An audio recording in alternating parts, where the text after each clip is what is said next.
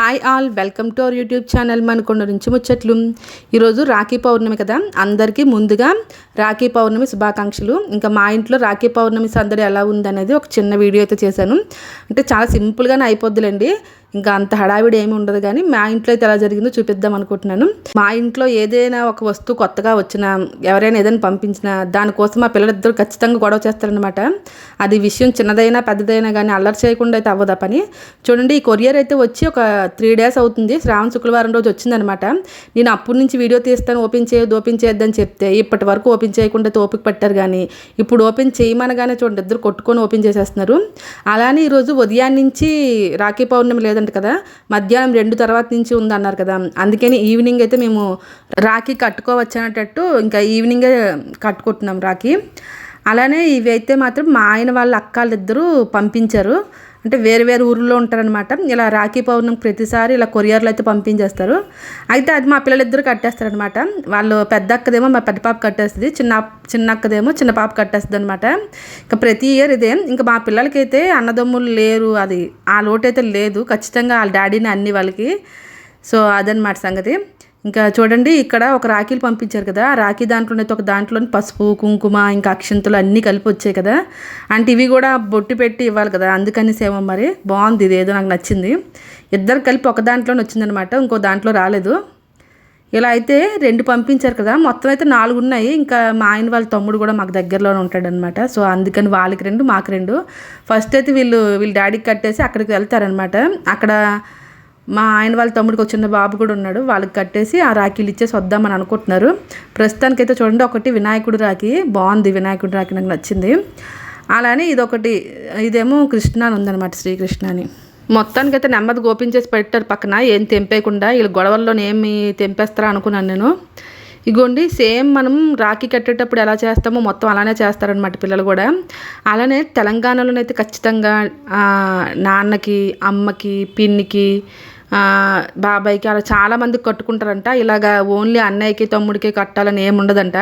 అంటే relationship bonding బాగా ఉండాలి అనేసి కడతాం కదా, అది ఎవరైనా పర్వాలేదు, ఓన్లీ అన్నయ్య అని కాదు అని అంటారు ఇటువైపు అయితే. అంటే అక్క చెల్లెలు కూడా కట్టుకోవచ్చు అని చెప్పేసి అనేవాళ్ళు అనమాట. మా పిల్లలిద్దరికి కట్టుకోమని చెప్పేవాళ్ళు. సో అందుకే నాకు తెలుసు అనమాట. మాకు ఆంధ్రాలోనైతే చాలా తక్కువ. మేము చిన్నప్పుడైతే అసలు చేసుకునే వాళ్ళు కాదు. హోలీ ఒకటి, రాఖీ పౌర్ణమి ఒకటి, ఇవి ఎక్కువ చేసేవాళ్ళు కాదు. ఎక్కువ మార్వాడీస్ కానీ లేదంటే హిందీ వాళ్ళు ఉంటారు కదా, నార్త్ సైడ్ వాళ్ళు ఎక్కువ చేసుకునే వాళ్ళు. మేమైతే జస్ట్ చూసేవాళ్ళం కానీ చేసుకోవడం తక్కువ. అంటే మేము రాఖీ కట్టేవాళ్ళం అనమాట. స్కూల్ కూడా ఉండేది, స్కూల్ కూడా సెలవు ఇచ్చేవాళ్ళు కాదు. హోలీకి కానీ ఈ రాఖీ పౌర్ణమికి కానీ ఆంధ్రాలో మాకు విజయనగరంలో అయితే సెలవిచ్చేవాళ్ళు కాదు. ఉదయాన్ని స్కూల్కి వెళ్ళిపోయి ఈవినింగ్ ఇంటికి వచ్చేటప్పుడు దారిలో కొనుక్కొని వచ్చేవాళ్ళం. 5 రూపీస్ ఎంతో. ఒక ఆశా చాక్లెట్ అనుకుంటాను నాకు తెలిసి, అది పెట్టేసి రాఖీ కట్టేవాళ్ళం అంతే. అసలు మా అన్నయ్యలు డబ్బులు కూడా ఇచ్చేవాళ్ళు కాదు మాకు. అసలు డబ్బులు తీసుకోవాలని కూడా అంత ఐడియా లేదు అప్పుడు.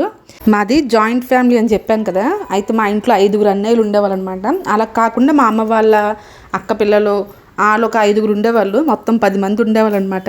ఇంకా దూరం వేరే ఊరెళ్ళి అయితే కట్టేవాళ్ళం కాదు, కానీ ఇంట్లో ఉన్న అన్నయ్యలకి తమ్ముళ్ళకి అయితే కట్టేదాన్ని. ఇప్పుడైతే మాత్రం ఇంకా యూట్యూబ్లోని షార్ట్స్ అని, ఫేస్బుక్ అని, ఇన్స్టాగ్రామ్ అని జనాలు అందరూ కూడా వీళ్ళు చూసి చక్కగా చేసుకుంటున్నారనమాట ఎలా చేసుకోవాలనేసి. ఇంకా మేము చిన్నప్పుడైతే చాలా అంటే చాలా తక్కువ. మా అమ్మాళ్ళ జనరేషన్ అయితే మొత్తానికి రాఖీ పండుగ అంటేనే తెలియదంట. హోలీ కానీ రాఖీ కానీ అవేమీ అంతగా తెలియదని చెప్పేవాళ్ళు అనమాట. అలా చేసేవాళ్ళు కూడా కాదు, మా నాన్నమ్మలు కానీ మా అమ్మాలు కానీ ఎవరు చేసేవాళ్ళు కాదు. ఇగోండి, మా పిల్లలిద్దరూ అయితే చక్కగా వాళ్ళ డాడీకి బొట్టు పెట్టేసి రాఖీ కట్టేసి హారతి కూడా చూపించారు. అలానే వాళ్ళ డాడీ బ్లెస్సింగ్స్ తీసుకుంటున్నారనమాట. బర్త్డే రోజు తీసుకోవడం మర్చిపోయారంట, అందుకే ఇద్దరు కలిసి ఇప్పుడు తీసేసుకుంటున్నారు. ఇంకా అన్నీ అయిపోయిన తర్వాత డాడీ రాఖీ కడితే గిఫ్ట్ ఇవ్వాలి కదా, ఇవ్వు డాడీ అని చూడండి. మా చిన్న పాప ఎంత చక్కగా అడిగేస్తుందో. ఇంకా మొత్తానికైతే పిల్లలు మా ఆయన ఇంట్లో కొంచెం కామెడీగా ఉంటారనమాట, 3 పిల్లల్లాగానే. ఇంకా గిఫ్ట్ అడిగింది కదా, ఇంకా తీసుకుని వెళ్తారనమాట. దారిలో ఏదో ఒకటి కొంటాను, ఏం కావాలంటే అది పదండి అనేసి. ఇగో రాఖీలు అయితే ఇలా కట్టారనమాట, చక్కగా నీట్గా కట్టేశారు. ఇంక ఇయర్ అయితే రాఖీ పౌర్ణమి మా ఇంట్లో ఇలా సింపుల్గా అయిపోయిందనమాట. ఇంకా రాఖీలు కట్టడం అయిపోగానే చెప్పాను కదా, ఇంకా వేరే వాళ్ళకి రాఖీ కట్టడానికి మా ఆయన వాళ్ళ తమ్ముడు వాళ్ళకి రాఖీలు ఇవ్వడానికి 2 కలిపి అనేసి ఇలా బయలుదేరారు పిల్లలు. ఇంకా మా ఆయన దారిలో వాళ్ళకి కావాల్సిన కొనుక్కొని ఇవి ఇచ్చేసి ఇంకా వాడికి ఒక చిన్న తమ్ముడు ఉన్నాడు అనమాట, వాడికి కట్టేసి వద్దామని బయలుదేరి అయితే వెళ్తున్నారు. ఇంకా ఇయర్ రాఖీ పండుగ అయితే మా ఇంట్లో ఇలా జరిగింది. మీ ఇంట్లో ఎలా జరిగింది అనేది కామెంట్ రాయండి. ఇంకా మా అన్నయ్య ఉన్నాడు, మా అన్నయ్యకి నేనైతే రాఖీ పంపించాను అనమాట. ఇంకా వాడైతే అక్కడ కట్టేసుకుంటాడు. చూడండి వీళ్ళైతే ఇలా వెళ్ళిపోతున్నారు. మీకు కానీ మా వీడియో నచ్చినట్టయితే ప్లీజ్ లైక్ చేయండి, సబ్స్క్రైబ్ చేయండి, కామెంట్ కూడా రాయండి.